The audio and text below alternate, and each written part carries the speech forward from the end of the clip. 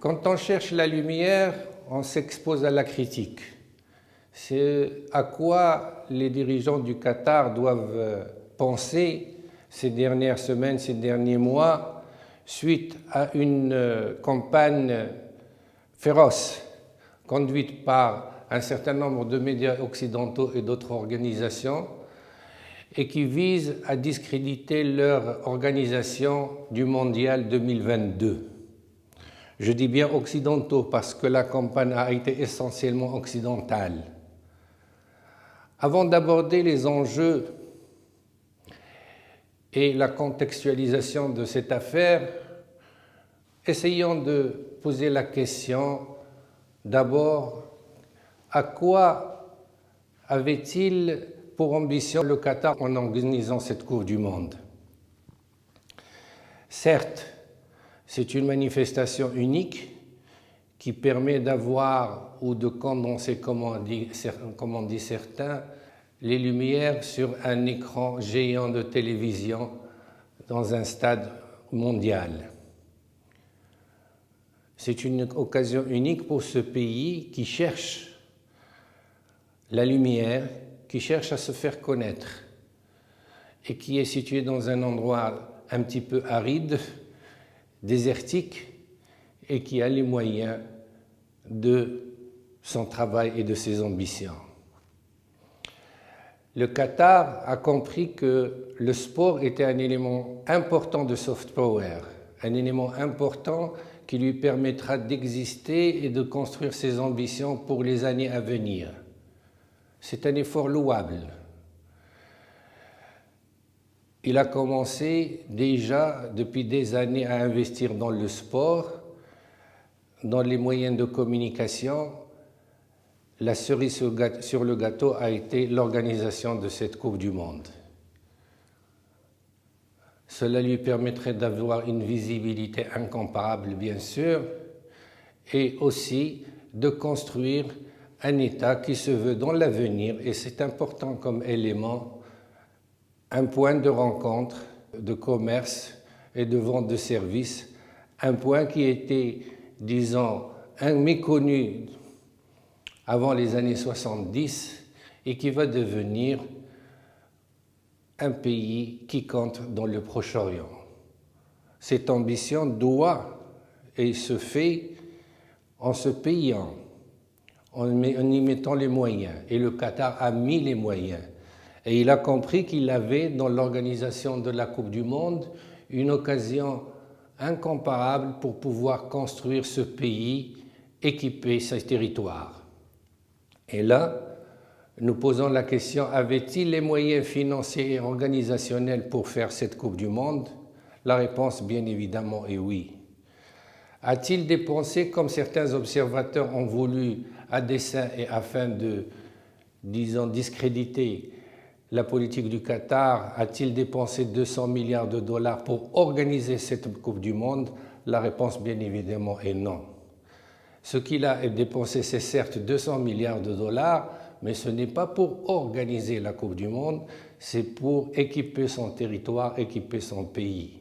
Et quand on dit équiper son territoire et son pays, il ne s'agit pas uniquement de construire des stades, mais de construire des routes, des ports, des aéroports, des hôtels, des infrastructures d'accueil, des routes et un certain nombre d'équipements de loisirs. Le Qatar, à travers cette organisation de la Coupe du Monde, a voulu construire un pays, l'équiper, de manière à ce que dans la perspective 2030, et c'est dans ses plans, il soit un élément visible de cette péninsule arabique. On ne peut pas lui reprocher ça. Revenons à l'organisation de la Coupe du Monde. L'organisation de la Coupe du Monde devrait lui coûter normalement autour de 10 milliards de dollars, c'est-à-dire la construction de 7 stades nouveaux. Un stade était déjà là.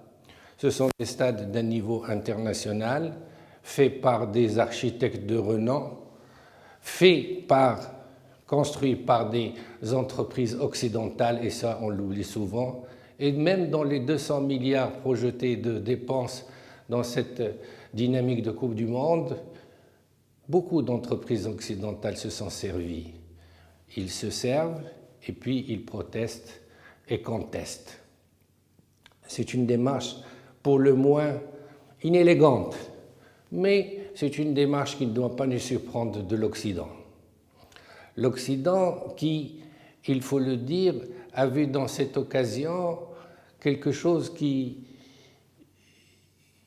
inciterait d'autres pays à exister en dehors de sa sphère d'influence. Sa sphère d'influence qui n'est plus composée uniquement de moyens financiers, le Qatar en dispose à profusion. Je rappellerai quelques titres. C'est un pays qui a un PIB de 150 milliards de dollars, qui a un fonds d'investissement souverain de 450 milliards de dollars, qui a beaucoup de biens qui sont achetés en Occident. Il a la possibilité de se payer cette Coupe du Monde. A-t-il les moyens organisationnels pour le faire? Il se les donne en investissement dans les infrastructures, en ayant aussi le souci d'assurer les moyens d'accueil et la sécurité de cette Coupe du Monde. Il a un atout, c'est-à-dire que c'était un petit pays de 11 500 km². Il a la capacité de maîtriser ce territoire du point de vue sécuritaire et il a fait appel à un certain nombre d'expertises, dont l'expertise marocaine, pour réaliser et pour l'accompagner dans cette Coupe du Monde.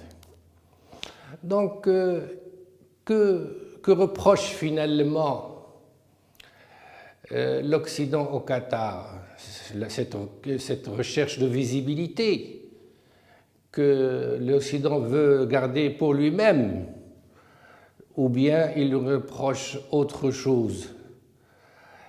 Peut-être qu'il y a une étude à faire ou une approche à faire en liant cela à une nouvelle disposition ou une nouvelle politique de l'Occident dans le monde.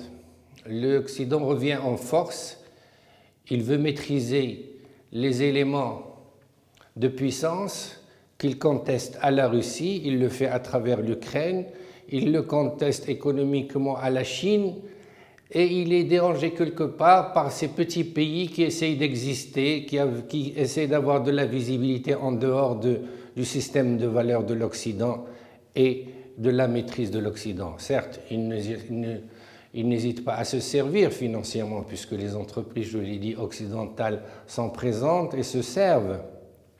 Mais cette visibilité dérange.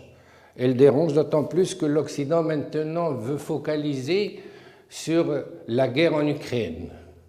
Il veut focaliser sur ses problèmes et ne veut pas que, disons, la visibilité lui soit enlevée dans ce mois où le Qatar sera visible et il y aura une fête du football.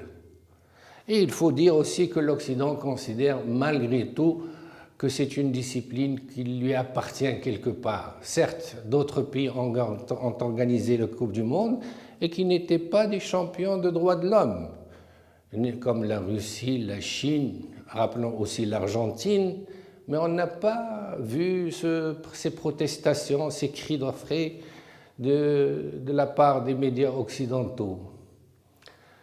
Je ne voudrais pas dire que cela...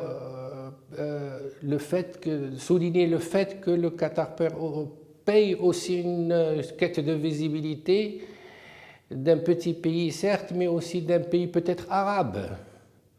Et qu'on s'étonne que cette région du monde puisse faire étalage de ses capacités d'organisation et ses capacités financières, autrement que par l'achat de choses fastueuses. Donc, une situation nouvelle pour l'Occident, une situation qui est à l'honneur, et il faut le souligner, à l'honneur du Qatar. Nous ne pouvons que regretter qu'un certain nombre de pays arabes n'ont pas saisi l'ampleur et la dimension de ce challenge soulevé par le Qatar et n'ont pas apporté leur soutien massif à cette démarche. J'espère qu'ils se rattraperont à travers la participation à cette fête du football. Le Maroc envoie une équipe jeune avec un entraîneur nouveau et marocain. Il participe à la sécurité de cette manifestation. Le Maroc est solidaire du Qatar, veut participer à la fête avec ce pays frère. En dehors des manifestations quelque part envieuses et calculées d'un Occident en perte d'influence. Pourquoi souligner uniquement qu'il y a des problèmes de droits de l'homme, des problèmes relevant d'un certain nombre de manifestations LGBT, choses qui ont été déjà soulevées lors des manifestations sportives avec la Russie. Tout cela ne paye pas de mine et nous souhaitons, tel est notre profond souhait, que le Qatar puisse réussir sa Coupe du Monde. C'est une Coupe du Monde du Qatar, de ce pays arabe, et c'est notre pays arabe et notre identité arabe qui est aussi quelque part en jeu.